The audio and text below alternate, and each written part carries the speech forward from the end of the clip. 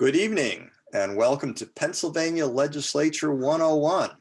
It's a statewide question and answer session with former State Representative Brian Lentz.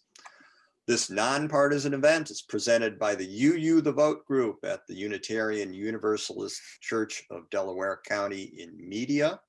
I'm Neil Goldstein, a member of the group. Here are some guidelines for this evening.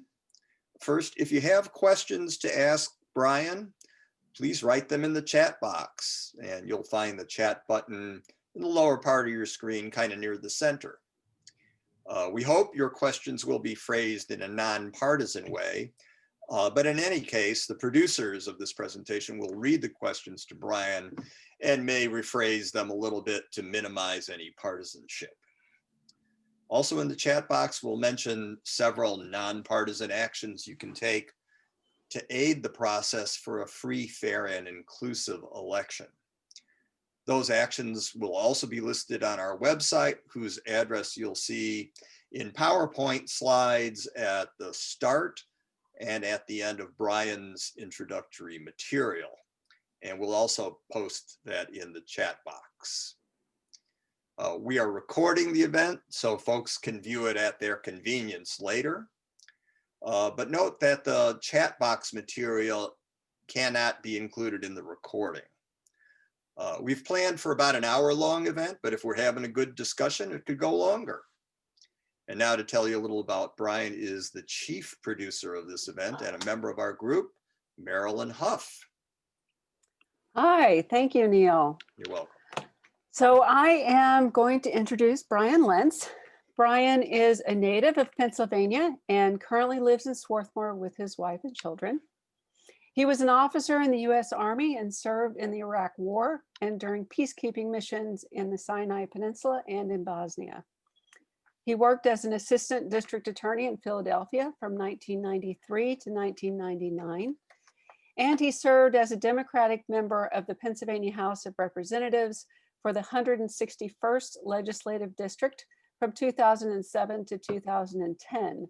This is the time period in which I got to know Brian Lentz, because in that window was when I first ran for school board, and the legislature has a lot to do with issues affecting public schools. He was the 2010 Democratic nominee for the U.S. Representative for Pennsylvania's 7th Congressional District. And in 2011, Brian led the Philadelphia Gun Violence Task Force, which received state funding in order to attack the proliferation of illegal guns on city streets. And more recently, in 2016, Brian was nominated to the Pennsylvania Civil Service Commission by Governor Wolf and currently serves as its chairman. He is an attorney at the law firm of Bochetta and Lentz. All right, take it away, Brian. Well, all right, thank you. Good evening. So Neil and Marilyn asked me to talk a little bit about the Pennsylvania legislature, and in particular, the significance of the legislature and why, regardless of your party affiliation, it is a part of the ballot that you should focus on. So if we could go to the next slide.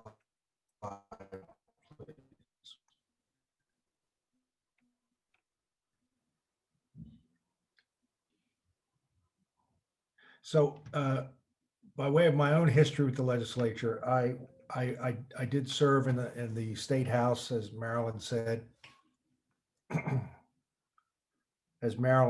from from 2006 until 2010.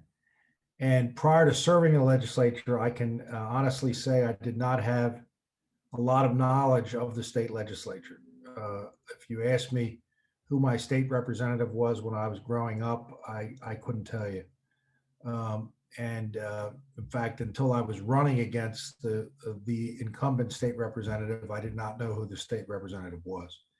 So I had a lot of learning to do, having been interested in politics my whole life, but never focusing on anything other than the top level races, governor and folks in Washington. States legislatures have had an interesting history in the U.S., as you see here in this timeline. At one point, it was this, as many of you know, the state legislature uh, actually selected who the U.S. senators were. There was no direct election of U.S. senators. So they had a significant amount of power, and often those senators came from the state legislature. Uh, However, they were mostly very part-time organizations. So they tended to be populated on a short-term basis by civic leaders, business leaders, people that had a particular interest in serving and then not serving. And they would meet for a short period of time to carry out whatever tasks were necessary and then retire back to whatever their full-time jobs were. In the 1960s, in what was characterized as a reform movement, there was a big push to to professionalize state legislatures, make them full-time.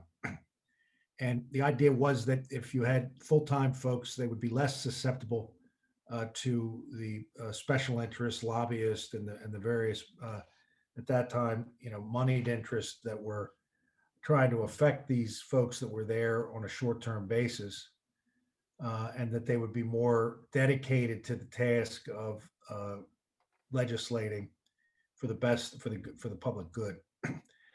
Some of that is true, but what also became a secondary effect is that as they became very expensive, legislative salaries became a significant portion of the state budget, and people went and never left. So you did not have a lot of turnover, and it didn't, and from my perspective, really reduce the influence of special interest or lobbyists.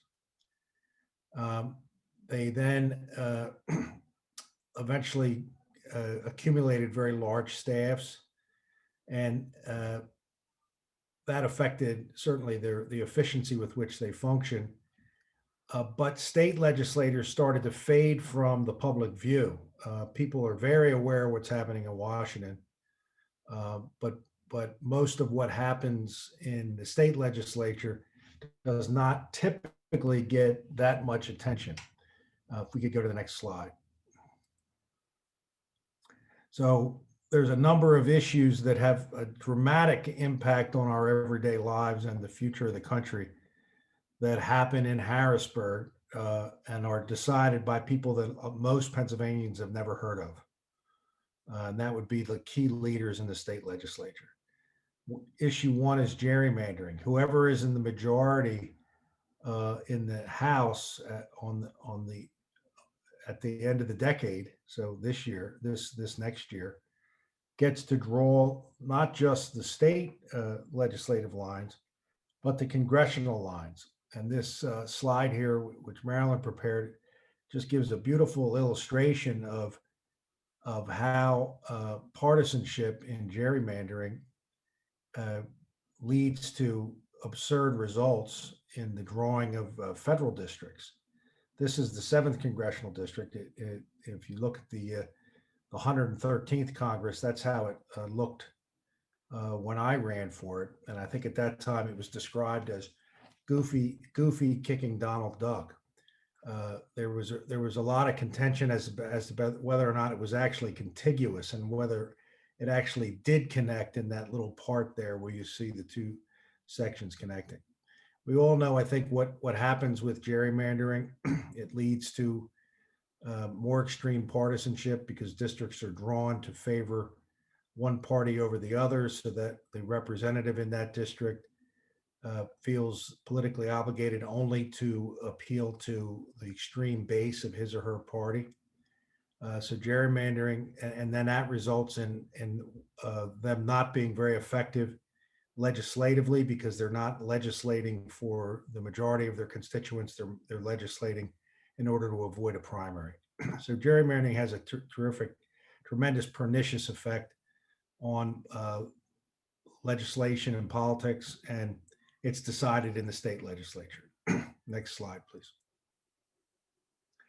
Abortion, we all know with the current state of the Supreme Court and the potential that President Trump will appoint another justice to the court, that whether or not abortion remains legal is an open question. If the court decide to reverse Roe versus Wade or to eat away at it, as it has been doing in recent years, that issue would come back to state legislatures. And you could get to a situation where you have a patchwork of laws across the country where it's criminalized in some states and legal in other states.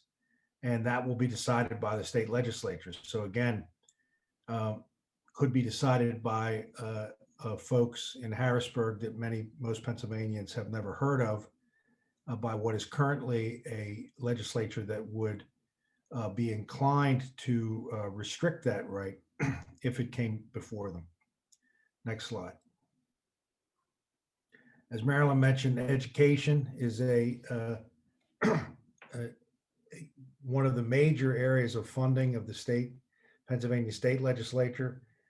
Pennsylvania, the state government provides about 10% or more less on average than other states in the union.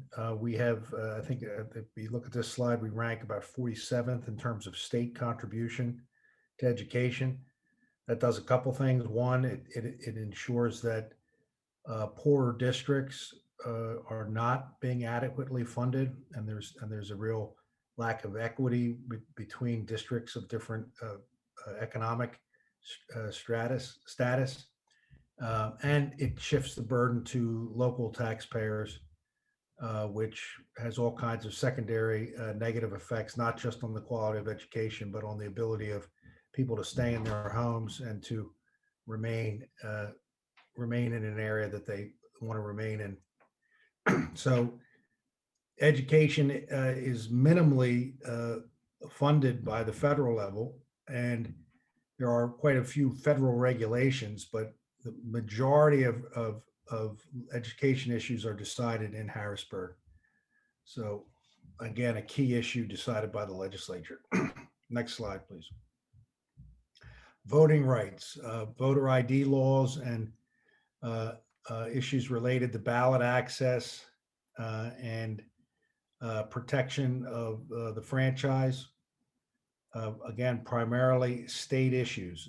The issue with regard to the upcoming election and how it's going to be conducted and how people have access to the ballot is going to be decided in the state legislature in the current status and after the election, depending on who's in the majority. Next slide, please. Gun control. When I was in Harrisburg, I did quite a bit of work attempting to get some level of gun control or gun restrictions, and didn't have any success really, primarily because in the state legislature, not only are the Republicans, the majority of Republicans, strict gun rights people, but many Democrats from rural areas, particularly in the western part of the state, are also A-rated by the NRA. So this is an issue that is definitely controlled at Harrisburg. I don't know if you saw in the news today, the city of Philadelphia is filing suit in order to be able to make their own laws, local gun control laws, because the prospect of getting anything passed in Harrisburg that would affect Philadelphia is very dim. And this is an issue which, if you poll it, majority of Pennsylvanians support some level of restriction, but it never goes anywhere in the legislature because of the composition of the state legislature. So this is a key issue that there will be no progress on unless and until there is a change of attitude, and no progress on for people with the perspective of gun restrictions until there's a change in Harrisburg. Next slide, please. The environment, I know in around here in Chester County, Chester and parts of Delaware County, there's been a huge controversy with regard to the installation of a pipeline. That's all under the control and oversight of the state EPA. How strict fracking regulations are enforced and what rules the fracking companies have to operate under, again, all decided in Harrisburg. So another issue that is typically not associated with state government, but is really where the rubber meets the road with regard to protecting our local environment from things like fracking and preserving land, etc. Next slide. Infrastructure, another huge part of the state budget and another huge responsibility of the state government. When I was in the legislature, I was a member of the Democratic Party, and we had a single vote majority. On one occasion, we got a very dramatic and disturbing report about the state of our bridges, state of our highways, the state of our stormwater management, drinking water facilities, on and on and on. Everything was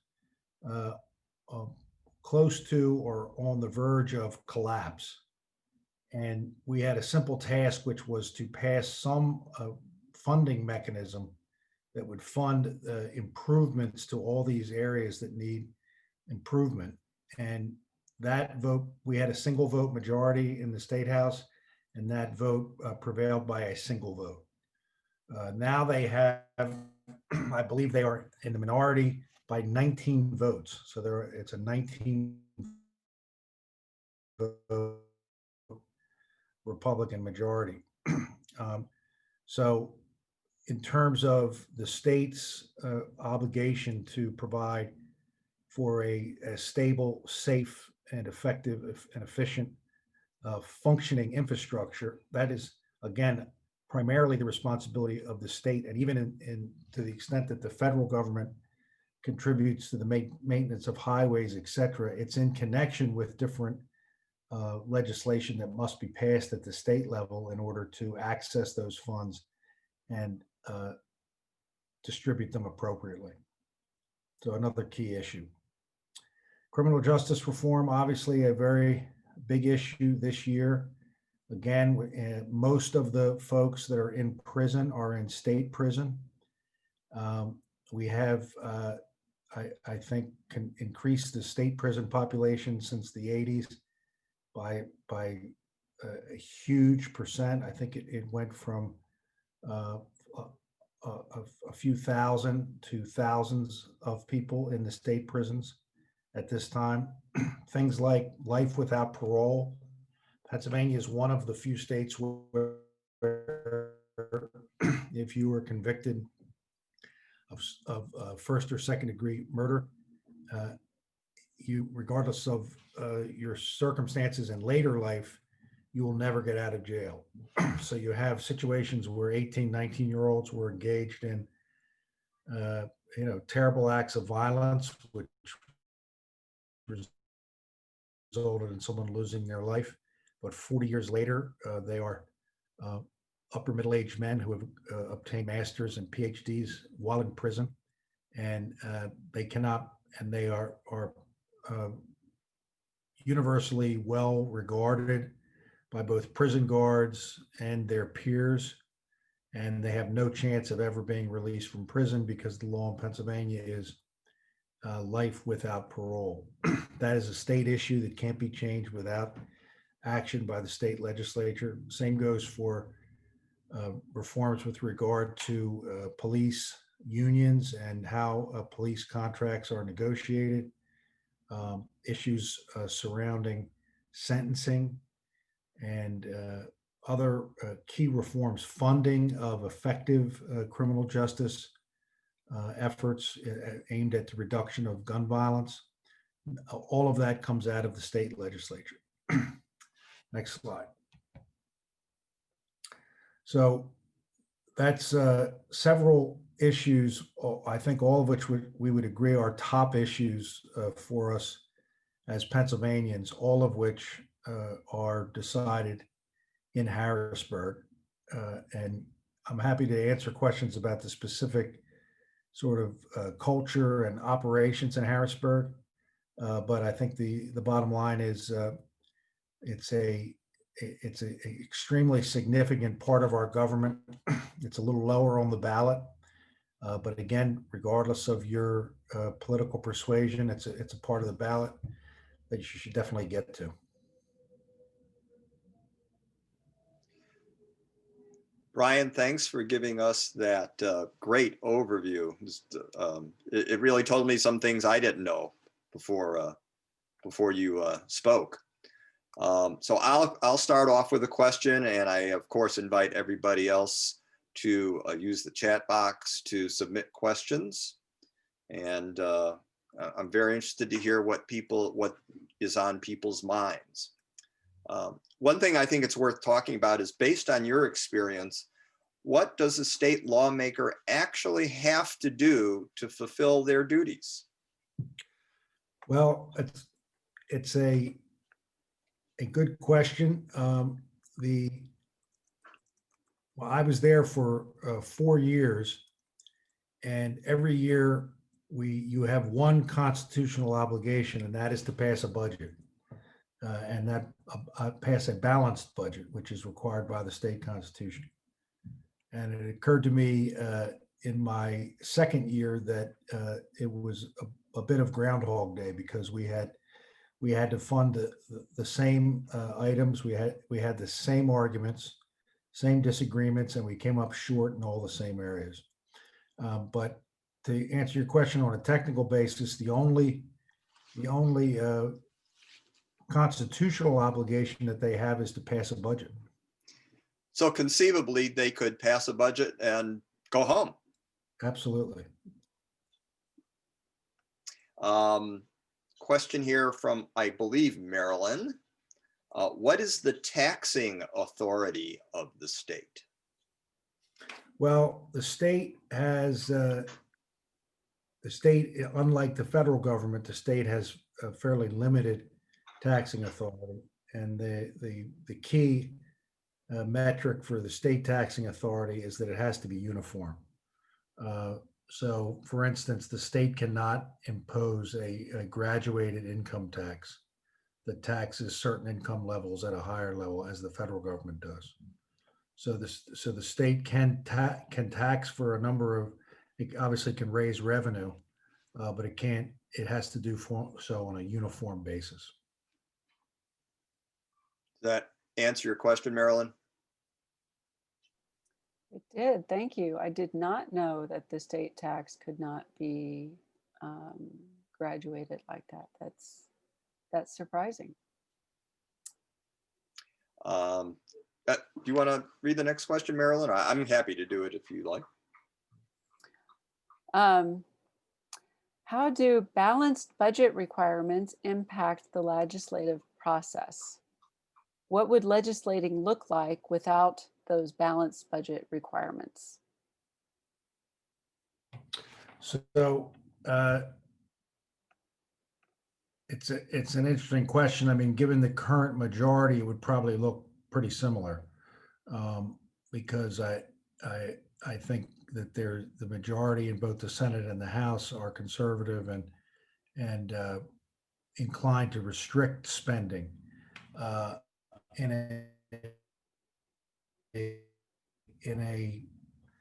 a different majority, depending on what priorities what was being prioritized by the legislature. Obviously, a lot more money could be dedicated to education, infrastructure, and all the things we discussed earlier. So I think that it squeezes everything, because if you look at the pie chart for the state budget, education, transportation, prisons, things of that nature end up taking up the majority of the pie, and there are little slivers left for everything else. So I think it would still probably be going to the same areas, but you would you would see a larger investment in things like education. So there was actually a follow-up question about the taxation. Is there an avenue by which Pennsylvania could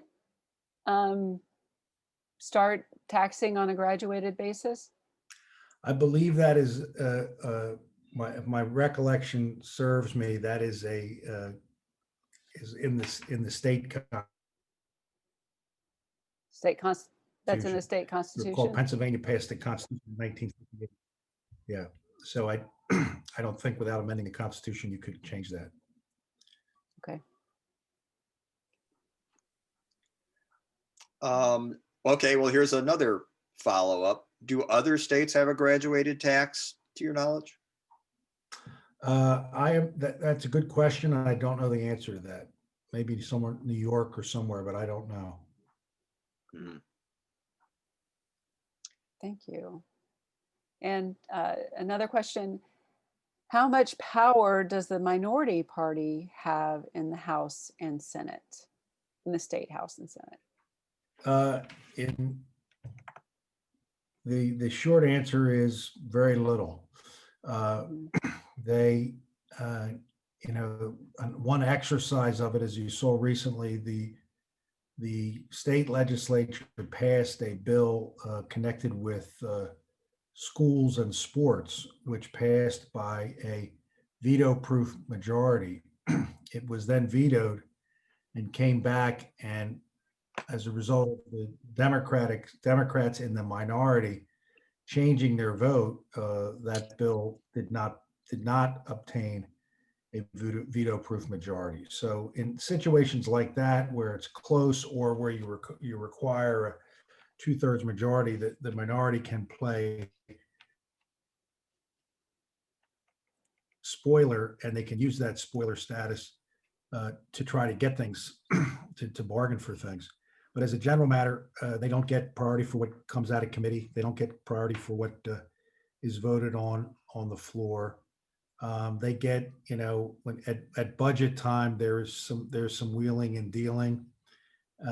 But as a general matter, they are along for the ride and not driving the train. Okay, thank you. Can you talk a little bit about how legislative committees function and about the powers of the committee chairs? Sure.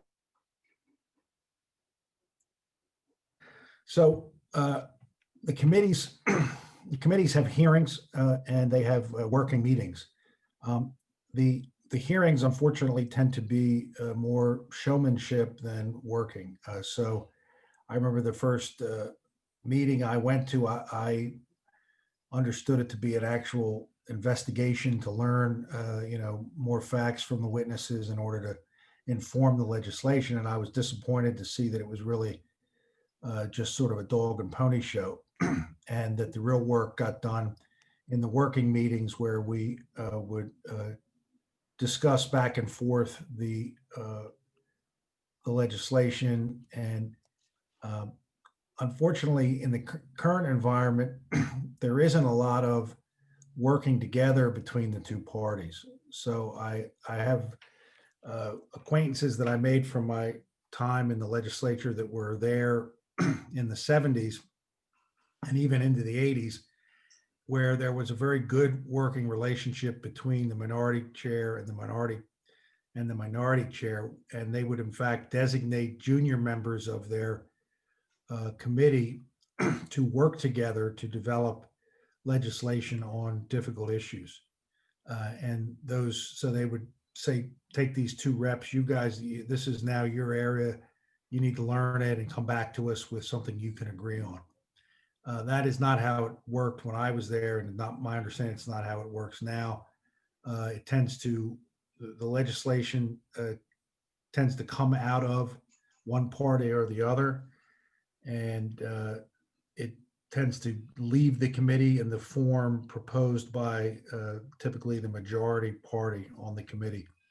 And as a general matter, the way legislators get their legislation is either, unfortunately, it's written by a special interest group and suggested to them, or they have an idea and they go to the legislative staff and say, this is my idea, write me a law that, will allow me to execute that idea.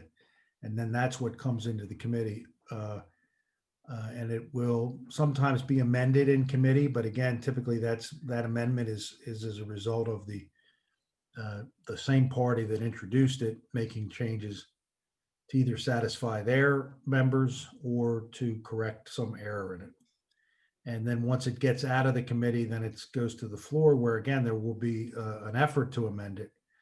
But usually that's controlled by the majority party. There are exceptions still, but that's the general process.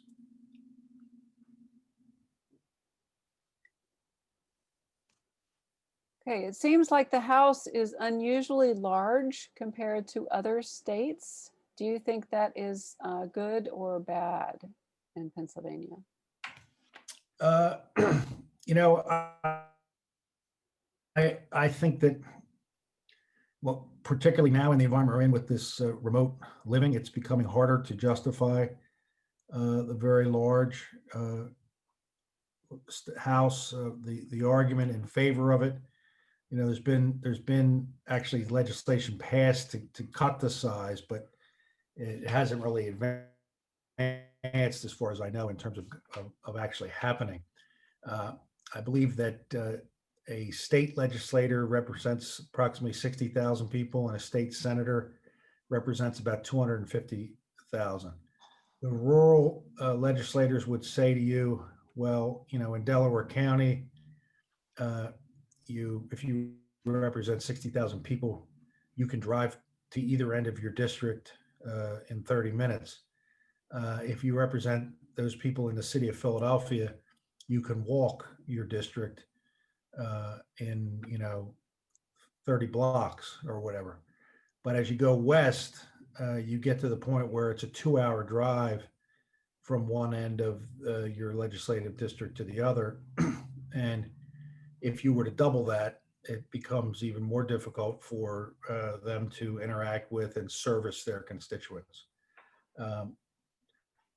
So I understand that argument from the rural folks, but I think and the other thing they'll argue to you, I think there was a famous senator who said one time $1 billion here, $1 billion there, and now you're talking about real money, right? So what you'll always hear when people want to argue against reducing it is, well, you wouldn't save that much in the grand scheme of things. So, when you have a multi-billion-dollar state budget and you cut the legislature in half and you only save, 20 million or something, I don't know. What's the big deal? But I do think it may allow us to have less partisan districts. And if we had less partisan districts, I think that might contribute to a better functioning of the legislature. So I think it's something to look at.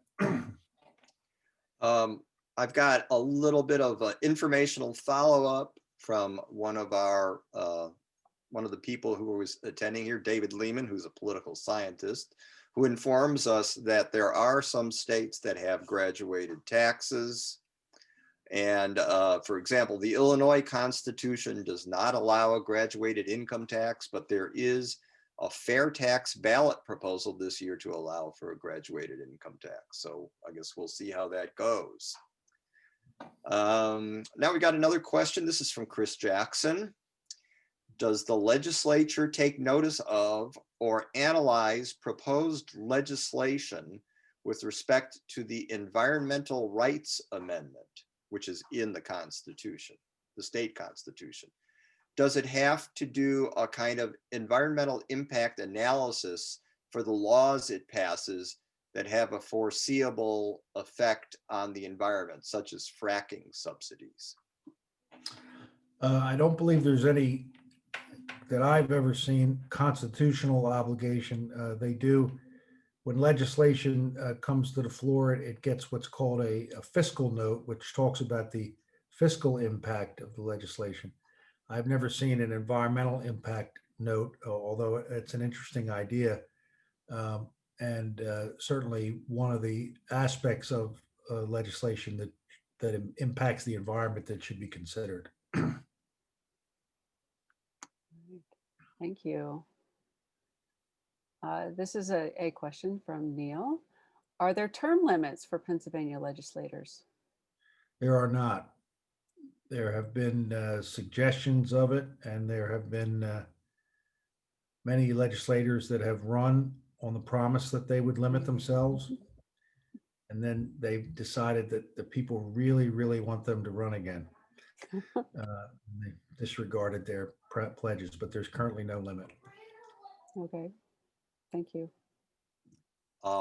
In another question from Chris Jackson, in light of the fact that office accommodations in the Capitol building in Harrisburg vary pretty wildly among state reps and senators, is the quality of accommodations used as bargaining chips in backroom negotiations?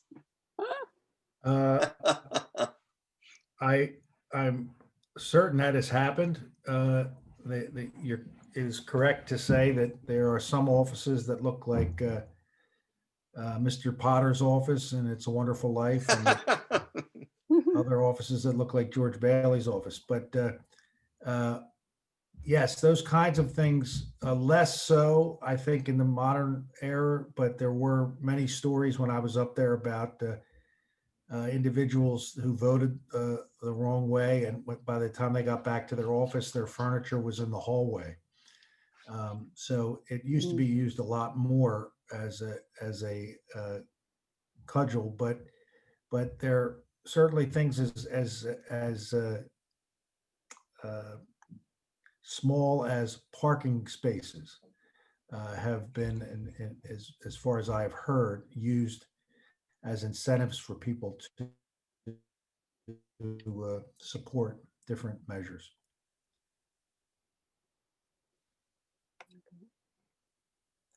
Thank you. And we have another question from David Lehman, and that is, we've been talking about the makeup of the legislature, and given the positions up on the ballot now, is a transition in control of the legislature possible this year? I would say anything is possible. I believe the Senate is 30. There's 50 members of the Senate and 203 members of the State House. The Senate, I believe, is currently 30 members Republican and 30 members Democrat. I have not looked at those races, but I think that probably the Senate would, from my perspective, be the more likely one to switch, because the Senate has, because the districts are somewhat larger than the House districts, and many of the ones I believe that are contested are in suburban areas. There is a potential that a significant number of them can flip. The House has a 19 vote deficit, so that's a pretty steep margin to pick up. But as we all know, there are wave elections, and if it were a wave election, that is certainly possible, but I would say probably unlikely. Okay. Thank you. By the way, another piece of information from the highly informed David Lehman: 33 of 50 states have graduated income taxes. It doesn't say which the 33 are, but I think it's all right for now. Okay. Do we have any more questions tonight? We seem to have exhausted the questions in the chat at the moment. I'll ask one that had been brought up earlier. I'll stick it in the chat right now if I can manage to do that. What happened? Hang on. This will just take a second.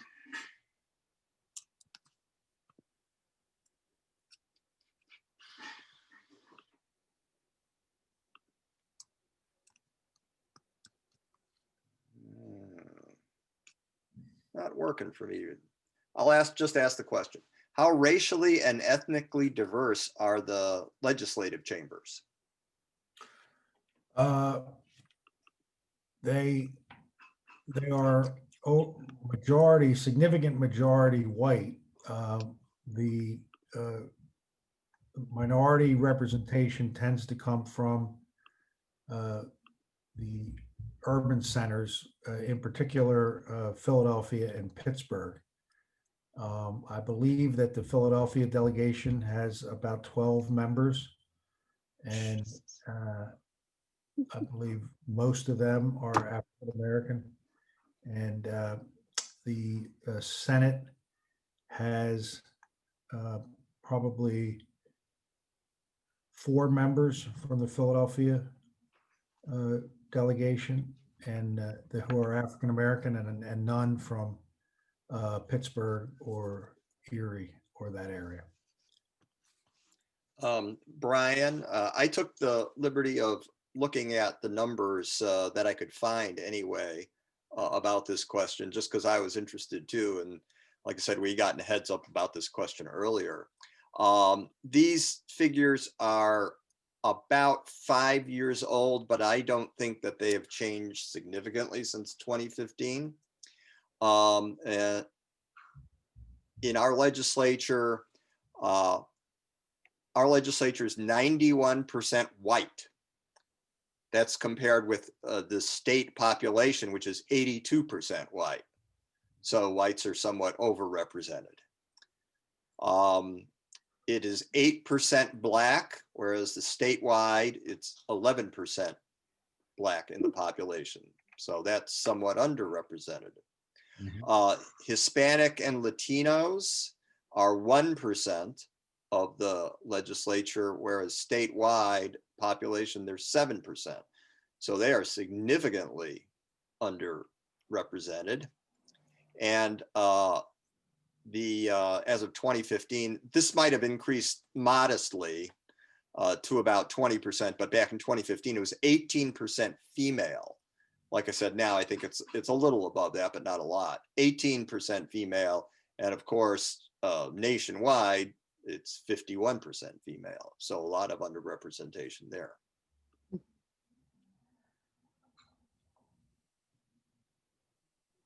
So here's another question from Chris Jackson. In your experience, what is the most difficult challenge faced by a freshman representative or senator in Harrisburg? Well, it's typically, getting in a position to have an impact on legislation that's important to your constituents. Although I had a positive experience in that regard, in that the year I was elected, we had that single vote majority. And the impact that had was that every member was a king or a queen, depending how who you were, meaning that you as a single member could stop something from passing. So it gave you the ability to be influential as a freshman member by saying, well, listen, I might vote for this, but this is what is important to me. So they had to deal with everyone, including freshmen, when the majority was that close.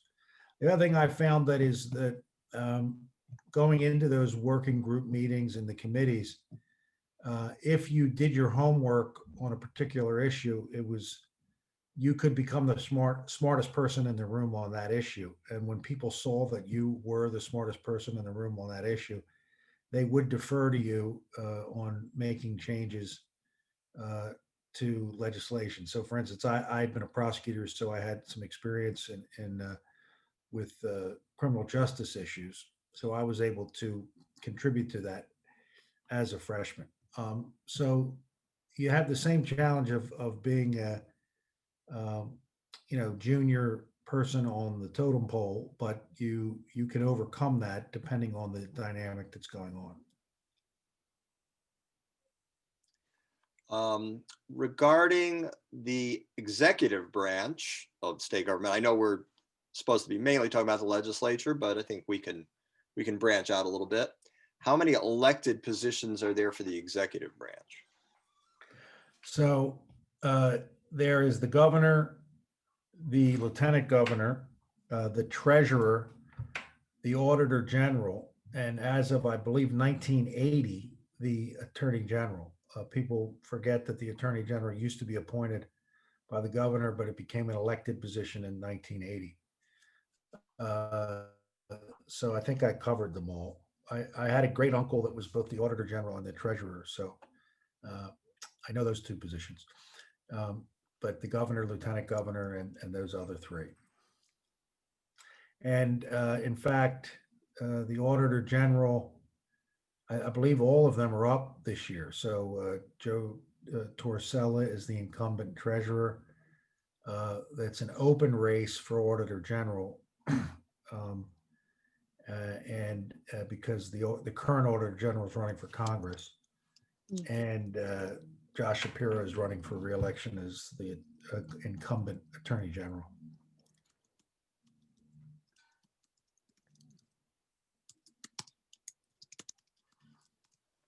Okay, I have a question for you. Especially lately, meaning in the last 10, 20 years, have there ever been members of the legislature who are neither Democrats nor Republicans? I'm trying to think whether the Senate might have had somebody, but I don't believe so. Let me follow up on that, please. How easy, if you wanted to be elected as neither, just either run as an independent or represent a third or minor party, how easy, or what do you have to go through to get on the ballot?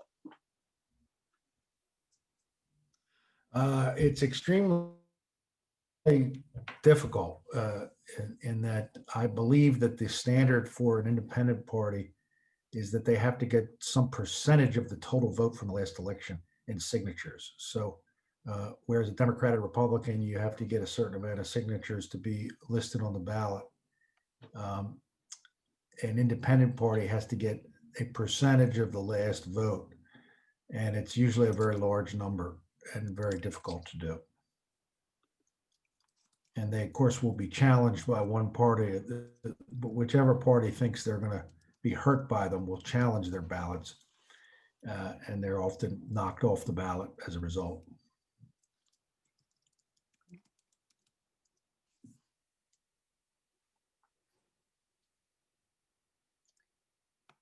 Okay, let's see, another question. How do representatives and staff feel about citizens groups that come to Harrisburg to lobby or advocate for issues they believe in? Are those groups received differently than are the paid professional lobbyists? I would say it depends on the issue, I suppose.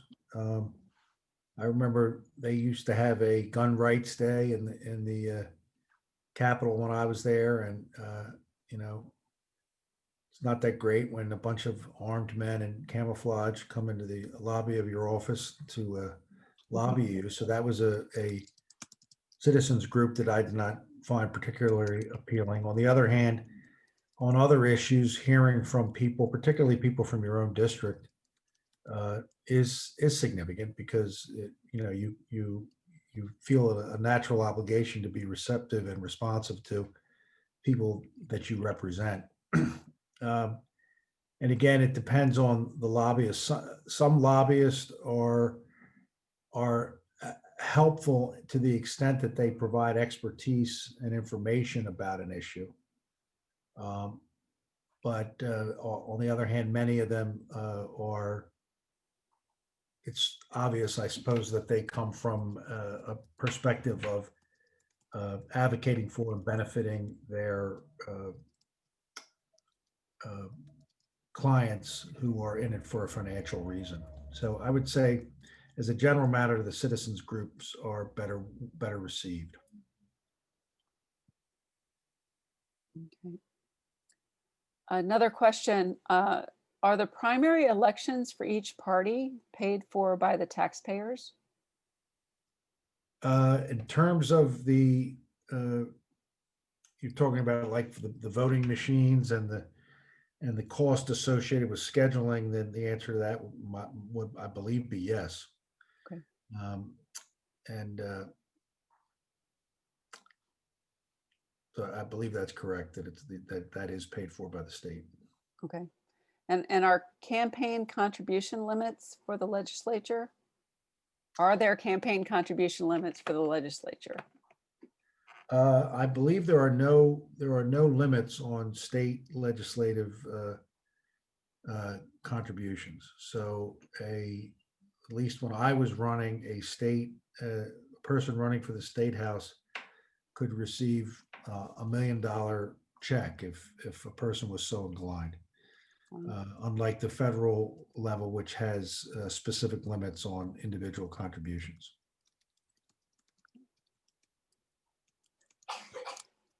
I've noticed that there are party policy committees in the legislature. There's a Republican policy committee and a Democratic policy committee.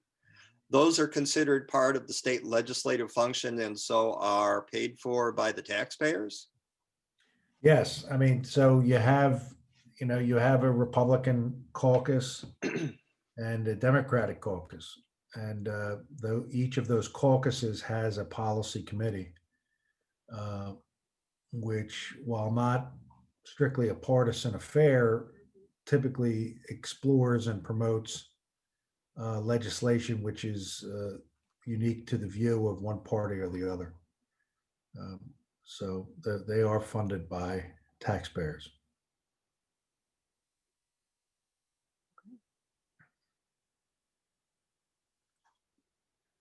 So back to the question about campaign contributions, but with a corollary to that, are there limits on gifts given to legislators? There are limits. Now, let me correct that. The governor imposed strict limits on gifts to any employee of the Commonwealth. I believe the limit on legislators is that anything they receive of value in excess of $250 has to be reported. So it's not that they can't receive it; it's that they have to report it. Okay. So if they are treated to a $249 dinner, they do not have to report it.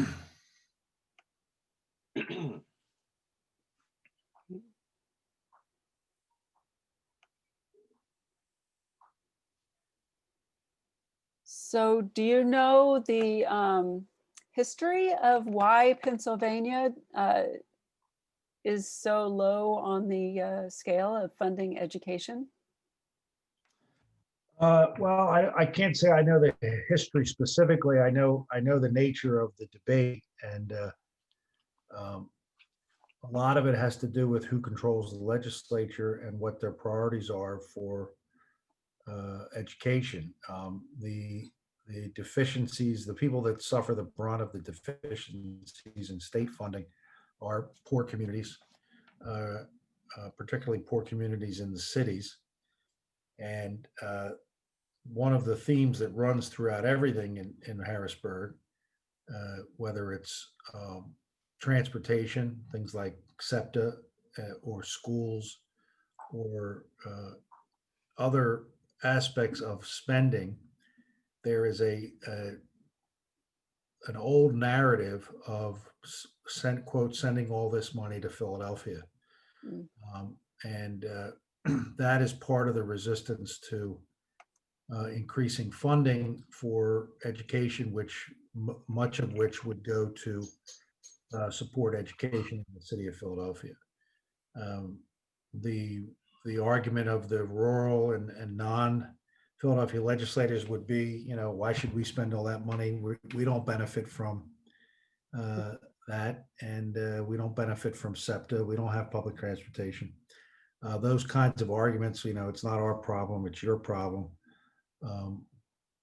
tend to contribute to a reluctance to increase the overall pot because a significant portion of the pot is going to one place.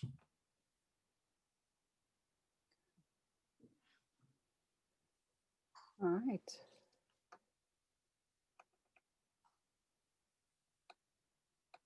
Thank you. I think we have come to the the follow-up question. If there's so much resistance to returning money to Philadelphia in particular, what fraction of the state revenue actually comes from Philadelphia? You anticipated what the typical, I gave you what their argument is. That's the typical response, is that most of the revenue comes from Philadelphia and the suburbs. So in a sense, it's being recycled back to where it came from.